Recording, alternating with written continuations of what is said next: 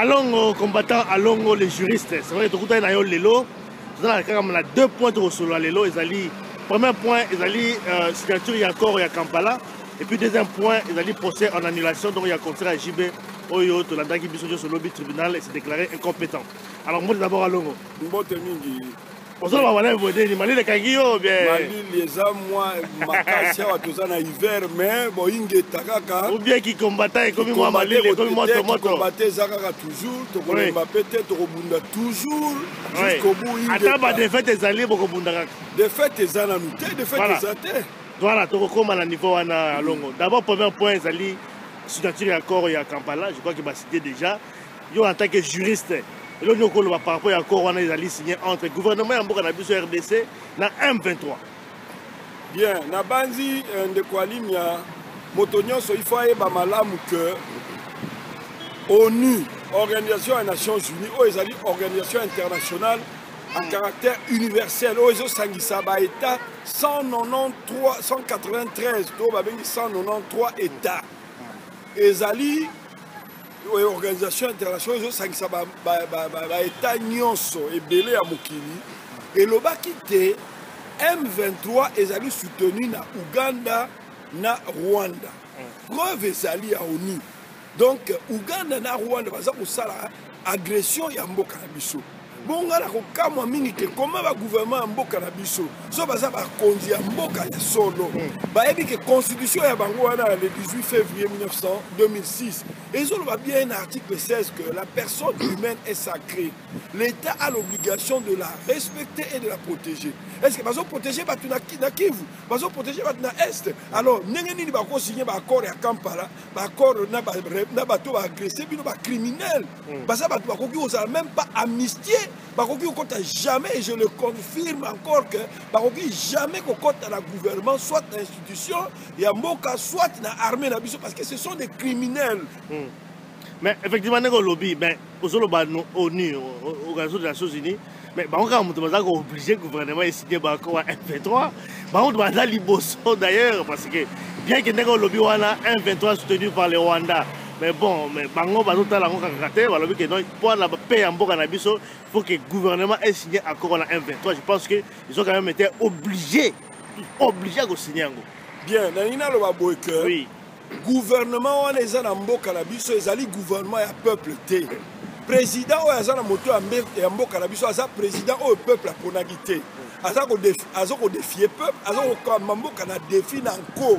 Yango na peuple naza kosenga bino davantage botelemela ye naza kosenga na konani na Cour suprême de justice procureur général de la République to bakonzi basusu na armée bozomona makambo ezoleka na Ukraine te bandeko na ngai ya mboka Congo bino bato boza sur le terrain botelemela ye botelemela gouvernement wana bolongola bango bokanga bango bozomona makambo ezoleka na Thaïlande te bandeko na ngai ndenge bozali wana souveraineté eza na maboko ya peuple botelemela bango gouvernement ils ont reflété volonté ya peuple te ezali gouvernement moko illégal eza gouvernement moko illégitime donc ekoki ko refléter volonté ya peuple te donc ata basigné baaccord ezala ONU mais ONU ayebi bien que article 2 paragraphe 7 il y a charte des Nations Unies la non-ingérence des problèmes relevant du droit interne. Donc, mboka na biso ONU akoki ko imposer biso ya moté. Peuple mutaza souverain. Il y a un ONU évoqué une résolution 15-14 le 14 décembre 1960 le droit du peuple à disposer d'eux-mêmes. Alors bon ONU yango yemo azo se contredire azo bake a imposer biso. Ata ONU a signé nana azo senga na bino biso ba combattant résistant tozo ko senga na bino bandeko o bozala Kinshasa botia ye parlement so bozala ba congolais ya solo bozala makila mboka Congo bo mettre Hippolyte Kanambe alias Joseph Kabila hors d'état de nuire bino ba soda bolaka kindai pour la défendre mboka botia bango hors d'état de nuire bokanga bango tala na Ukraine ni basali tala na Thaïlande ni basali bola na exemple ona tala na Égypte na Tunisie pe na mboka bisu ninga et salami hein. Oui, mais d'abord, allons, on est vous avez la proposition d'abino va combattre les années. C'est vrai que Makamba Est pour une paix durable dans Mboka wana. Et c'est pour nayo, il fallait pas signer accord, mais il fallait procéder comment? Procédure moko etikali na biso ezali que to keneli susu na ba article T il faut absolument qu'on utilise l'article 63, l'article 64 de la Constitution de Bango et Zakuna, ou ezali pe résolution, ezali article 51, il y a charte des Nations Unies, pardon, article 51 de la charte des Nations Unies, ou bien même qu'on utilise la résolution 15-14 où il doit y a peuple il y a qu'on disposer il y a peuple congolais mutaza souverain à tellement tout ça qu'on appelle peuple congolais na soulèvement populaire pe ba soda ya mboka bino ba poser ba soda c'est la solution pour la bino c'est la seule et dernière donc soulèvement qu'on résout ce problème à Congo soulèvement et ko sala ke ba conduire ma comment on va expliquer que soulèvement ko sala ngo ko sala ndenge ba kolongola ba conduire mboka ati banani olobi baotia banani après so bango balongwe siko peuple kotia nani bakonzi bakomonana bana biso tozobundela mboka tozali bato ebele bazobundela mboka sur place bazali bamisu moyen baloba eza te bazobanga mpo baboma bango bato bakobima toujours olingi olobake plus de 70 millions ya bato 70 millions ya bakongolais bongo bato ya mayele bazali te bato bakokama mboka bazali te président oyo azalaki élu aza na mboka kuna face à la communauté internationale nde tozoloba awa Nations Unies face à Bango parce que Bango peut monter le magasin à ciment. Quoi d'ailleurs, même ceux qui pouvaient échanger, pouvoir et coter, quelle option il y a quoi adopter pour que la communauté internationale dans la cime aussi à peu près. Communauté internationale elle a toujours volonté à peuple déterminé. Ceux qui peuple sont déterminé, communauté internationale volonté à mais Yomoni Tango dans l'Égypte, Bandaki. Moi Malili. Tango na Égypte makambo ebandaki. Mais communauté internationale, les États-Unis d'Amérique, se ranger directement derrière le peuple. Mais tango ba moni détermination à peuple, directement se ranger derrière le peuple. Donc tous les occidentaux, la grande puissance, bango nyonso balandaka détermination na nguma ya peuple. Ce qui peuple a terminé en ngui, a terminé en bosolo. Bakolanda yango pe bakolanda peuple congolais souverain primaire à décider.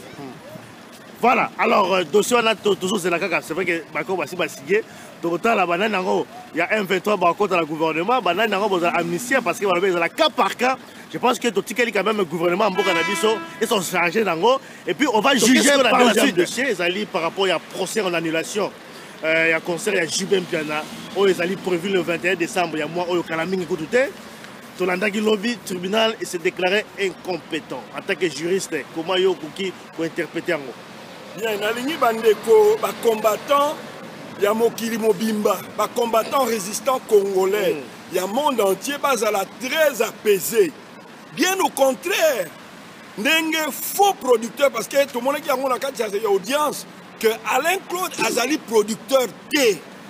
Azali Arisa Music, Mundi Bumoko Azala qui on a lobaki. Et puis, en plus de cela, ils ont cap prod qui mis son nini. Bango vous doit avoir producteur. Oh, Alain Claude Ouana a ébanité en tant que producteur. Ça d'abord usurpateur, il y a titre.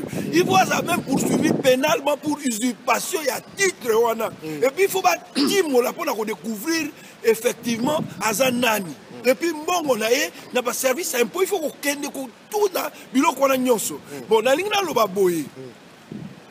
Donc, Jean-Louis Tibalanga a salaki requête en référé. Oui. Référé ezali nini. Na sengi que natanga ngo bandeko d'abord na ko boye bandeko ça na apaisement. Pas se décourager, t'es pas constater que tu perds. On n'a rien perdu, le problème reste encore entier. Oui. Parce que le juge a se déclaré seulement incompétent. Donc à juger en hauteur. Donc incompétent a se déclaré incompétent pour juger en hauteur. Oui. Mais en réalité, c'est faux. Azali na compétence ya ko juger en haut. Nous avons la procédure à référer. Référer Zanini. Il s'agit d'une procédure rapide prévue dans les cas suivants. 1. Article 808, article 809. Il y a code, il y a procédure civile. Et là, nouveau code, il y a procédure civile. Donc, article 1 est le donc, article 1 est ça. Le président du tribunal à grande instance, pouvoir ton konzo, il y a une décision. Il y a autant d'articles parce que si on a le but de comprendre, où est-ce que document français. Article 808 du nouveau code de procédure civile dit ceci.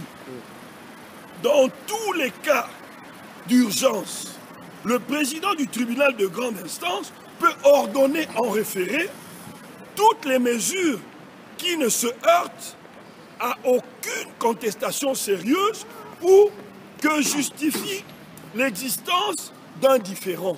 Oui. Donc, on a bien que le président du tribunal de grande instance peut ordonner en référé. Donc, tu as référé. Oui. Donc, le président du tribunal de grande instance a se déclaré incompétent. Il peut se déclarer incompétent. Mais justement, il y a un article 808 et Zoloba. Oui. Et le président du tribunal de grande instance peut ordonner en référé toutes les mesures. Mais en quoi ordonner les mesures qui ne se heurtent à aucune contestation sérieuse ou qui justifie l'existence d'un différent. Voilà, mais d'abord, par rapport à il faut expliquer d'abord, parce qu'avec la compagnie existence, il y a différents les années. Est-ce que ça y pour se placer il existe déjà une contestation, un conflit entre les combattants et puis producteur Najib Mpiana. Existence à différents article 808, il y a code, il y a procédure, nouveau code, il y a procédure civile, il y a français. Et l'on dit que le président du tribunal de quelle est la différence? On va expliquer la différence au niveau ni. La différence parce que j'ai à niveau vraiment la justice. Les justices, la justice. Différence entre les combattants et les producteurs. Mais la différence, c'est une contestation, il y a un conflit entre Yomoro Yebi. Oui. Pourquoi contestation? Pourquoi conflit Ezali? C'est parce que les combattants ont estimé que les musiciens, les musiciens ordinaires, c'est-à-dire les chantres et à pouvoir. Parce que ça, ils vont remettre sa musique dans défi contre les combattants. Et pourquoi les combattants sont fâchés? Les combattants sont fâchés pour la Nini, usurpateur a triché dans l'élection. Abomi Armand Tungulu, Abomi Tchebeya, Abomi Batonaboulou Diakongo, ils ont favorisé M23. T'as la preuve, Moussou Suyango, que Aouti ko signé même accord, Aouti na Nairobi, côté Kalusou Mboka. Cela veut dire que c'est normal que le peuple congolais souverain primaire à Silika. Mais le coup là, le peuple là, sur le terrain, bazo banga mandoki massas, na ba balle réelle. Dans la Ukraine, contestation zali, mais bazo bomba ba tout na ba balle réelle. Mais pas la biso, s'il vous plaît. On lui dit ça, et pas la biso, mais bazo bomba ba. Alors c'est pour cela, article 809, il y a code, il y a procédure civile et le président du tribunal de grande instance peut toujours mettre en présence d'une contestation sérieuse, prescrire en référé les mesures conservatoires ou de remise en état, soit pour prévenir un dommage imminent. Voilà. Dommage imminent est le 21, casse, au trouble à l'ordre public, soit pour faire cesser un trouble manifestement illicite. Donc, aux hommes qui l'article 808, 809, et ça pour ça, le président et le tribunal à grande instance. Ils ont fait ça pouvoir, il y a des mesures sous forme, il y a référé. Pour pas annuler le concert ou mais trouble. Mais seulement dans le baboué. Attaque tout président, il y a un tribunal à se déclarer incompétent. D'ailleurs, au contraire. Mais avant de poursuivre, il y a la question par rapport à est-ce que tu penses que dans le cas de combattant, il y a un argument solide pour que le juge vraiment a décidé par rapport à est-ce que tu penses que vous avez bien armé, vous avez bien préparé la procès parce qu'apparemment, l'argument peut-être de la capacité. Bien, on a une chose. Oui. Supposons que nous avons en ligne, nous avons sur le coffre, nous avons sur le pota. Mais nous avons dans le tribunal. Est-ce que le juge pas condamner Moutouana? Il faut argumenter ça dans ma casse. Moi, je pense que le juge sait au moins que Moutouana a sali infraction, Azokisio et ça infraction. Oui, voilà, on l'a vu dans le cadre de l'infraction. Il a promis un concert. Un producteur a organisé un concert. Bino Bolingi bo perturbé en gros, Bolobi a bétaté parce que Bazo Yembela, pouvoir et à Congo. Même là, il faut quand même beaucoup d'arguments pour que le juge vraiment a se déclaré compétent par rapport. Non. Ce que le juge a se déclaré incompétent, donc à ta dossier. C'est ça justement où tu vas comprendre. Mais dossier par rapport à dossier est à long. Parce que au moins, tu vas comprendre que tu vas producteur a organisé un spectacle. Bino ba combattant Bolobi non a bétaté. D'abord, dans le niveau dans le pays à droit, quand même, il y a quand même moi quoi que je ne pense pas qu'un juge peut aussi accepter ce que Bino va combattre, bien que vous allez manifester, pour empêcher un producteur ou un promoteur à organiser un spectacle. Quelque part, est-ce que ça est logique? Est-ce que ça est vraiment juste dans un pays de droit? C'est logique pour la liberté d'expression oyo ezali na kati ya déclaration universelle ya droit de l'homme ezali mpe na cour na nini na convention européenne ya droit de l'homme. Oui, mais ça peut pas empêcher quelqu'un à eloko na ye. Nazo répondre liberté d'expression ezalaka na balimite na yango. Soki ordre public eza kozala troublé, on peut enfreindre la liberté d'expression, on peut enfreindre les droits. Exemple, toza na mboka moko boye place moko boye pétrole ebimi. Eza droit na yo ya kozala lopango wana, mais pona à cause d'utilité publique, bakoki ko exproprier balongolo na lopango wana batio côté musu po ba exploiter pétrole, eux ezota la mboka mubimba. Ndenge moko pe na ordre public. Ordre public eza nini? Toza na sécurité, toza na tranquillité, toza na salubrité. Mais eloko motu eza sécurité. Ceux qui ba konzi ba estimer que ordre public est kozala troublé, bakoki porter atteinte na liberté d'expression. Exemple yango, supposons que au moni ba policier bazoleka, ba policier ba sali eloko moko te. Yo bani ko finga bango pour la liberté d'expression. Bon, le juge a dit non, toi tu as pour la liberté d'expression. Non, liberté d'expression est à la limite. Et dans le cas d'espèce, trouble et ordre public est manifestement vrai. Est en vue. Moi je pense que est normal que le juge a une mesure pour empêcher ni trouble et ordre public et salima. Mais la ligne là-bas, c'est une chose. Oui. Que article 121-3, il y a code pénal français. Les personnes, ceux qui, par exemple, jugent ou bien dans la commune, par exemple, moto ça dans la commune, ceux qui ont eu la mesure nécessaire pour empêcher les cambo. Alors qu'il y a des troubles au salama, il y a des dangers au salama, il y a des dégâts au salama. Ceux qui ont eu article 121-3, il y a code pénal français, à cause de la poursuivi pénalement. Cela veut dire en d'autres termes que les personnes physiques qui n'ont pas causé directement le dommage, mais qui ont créé ou contribué à créer la situation qui a permis la réalisation du dommage ou qui n'ont pas pris les mesures permettant de l'éviter, sont responsables pénalement s'il est établi qu'elles ont soit violé de façon manifestement délibérée une obligation particulière de prudence ou de sécurité prévue par la loi ou le règlement. Voilà, soit commis la faute caractérisée et qui exposait autrui à un risque d'une particulière gravité qu'elle ne pouvait ignorer. Donc les autorités, que ce soit le juge, que ce soit le préfet à police, ils sont au courant de la gravité, de la danger, de la imminence et danger on a le 21. Mais ceux qui vont suivre la mesure T, nous allons les poursuivre en vertu de l'article 121-3 pénalement. Parce que va commettre faute pénale, va commettre infraction. Donc poursuivre. Et puis dans le juge. C'est compétent parce qu'au monde, il y a l'article 808 et 809 que le président du tribunal de grande instance, côté de Tokenek, a référé. Et ça dit que Atine préfet à police. Au contraire, moi je pense même. Il y a dossier parce que de mon côté, il y a conseil, par exemple, qu'on s'est fait la victoire à Bango. Non, c'est pas la victoire. C'est la raison. Mais bon, Bino Suko Bokosala Nini. La victoire. La préfecture. Qu'on portait plainte ou comment parce que les tribunaux juste à lobby beaucoup. Bien, dans le cas d'espèce, et là ordonnance ou lobby est susceptible d'appel. Parce que ça le recours contre d'ailleurs, c'est ce que nous sommes en train d'envisager. Il y a ça là.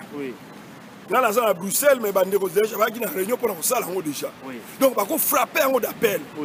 Donc, il faut produire des effets. Deuxièmement, ça peut avoir des effets. Mais justement, tu as référé au code ça, requête nao. Même en appel, au code ça, le long, na boutou minuit, sambision. Ah, on a Belgique. Concert, il y a Johnny Hallyday. Et il y a la forêt nationale. Mais commune, il y a forêt, mon aïe que non.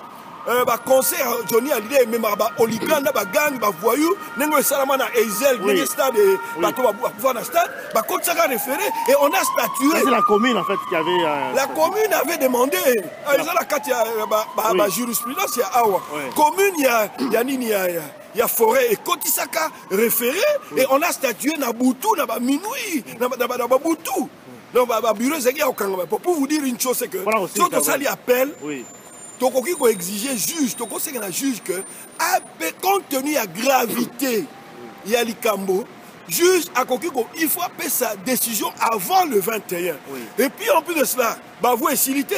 Donc la préfecture de police, donc été argument. Mais d'ailleurs, je regrette que juge Walatine battu la préfecture de police, alors qu'il y a que conseil d'État Ezali, juridiction administrative. La juridiction administrative Ezali, car elle est compétente pour statuer sur la mesure quelconque ou une décision administrative. Même s'il n'existe pas une décision administrative. Mais le silence de l'autorité est constitué et occupé autorité à répondre à un certain délai. Occupé de saisir le Conseil d'État. Conseil d'État pour mémoire, le Conseil d'État est Botama en France. Tout ça dans la Belgique, mais Conseil d'État est une juridiction administrative. Mais il y a aussi les salons. Effectivement, espoir des hommes, espoir des hommes, naza ko rigoler, naza ko kamwa mingi que nengani producteur wana aza ko producteur te ou aza ko se dit producteur à Sepeli. À Sepeli le 21 décembre, de toutes les manières, ba combattant baza toujours déterminé que lumbe moitié ekozala kuna ba ko converger tout. Bango tous converger à Paris. Côté wana, ils sont nous intacts. Et tous les bunda pour la libération en Bokanabiso, pour démontrer incidence, il y a des combattants. N'engeni pourquoi colère bango, pourquoi baso boya, bamise babet, baso binsa basi mutakala, baso favoriser vol à la boutique, baso favoriser phénomène ngoulou. Et nalingna na lo banakosu qui c'est aboué. Alimia. Batuba kanisate que le 21 décembre, ils allaient souka ya makambo. Non, au contraire, même que le 21 décembre, ils allaient au début, il y a Kanda et des combattants. Parce que, le dossier, monsieur Ezali, dossier, Nezali, quand il a référé, tu as au fond. Donc, et puis, Bangoulou, on jibe à même. Et puis, tu as la bilo qu'on a tout. Donc, même alors, dossier, monsieur Ezali, que, normalement, assureur, total, on a un impôt et JB Azali, résident à Paris, Azar résident en France, Azar bien à Congo, on a déclaré en France. Le bouchon est très loin, hein? Oui, mais justement, alors la seule chose à Togo, ça, la peau, Toti quand même, moi, Malembe, a annulé hier mon concert. Parce que ceux qui ont annulé, Azali Karamoutou Makassi, a que makambo ba impôt la France basaka na importer babilo ko ne oza na ngona Congo to za na dia ba photo ya ba bien nae na ba voiture nae to a déclarer ngo na France te a foutu la ngo importer a ba ke a kozo ba problème moko grave même côté impôt et puis en plus à part ça ba danseuse wana ou bien bato ba ngulu a kokotsa éventuellement to za na pouvoir ya ko senga juge à Sambisa Batouana, bien, ou bien interpeller Batouana. Nous avons beaucoup de tactiques autour de l'agneau sur les vents. À suivre le dossier, à suivre. Merci beaucoup pour l'intervention. Nalina Waka, Ingeta, pas à décourager. Juge au contraire à Bangi Makam. Juge Nengaza, Monique, Nikamo et le Kelinga. Donc, à Monique, là, on a une décision contre les combattants. Parce qu'il y a pas qui peut pas combattant. Il y a se déclarer incompétent, pourtant, c'est compétent. Et puis, Nalina Waka, Bandeko, quel que soit Nini, Lumbe, moitié, ça toujours maintenu le 21 décembre. Et puis au-delà, le 21 décembre, d'ailleurs, le coup la bande ko tambola pamba, si ko ba aggraver le sous kana bango, ba ko tambola le sous n'importe comment. Merci Arolo. Merci Ingeta.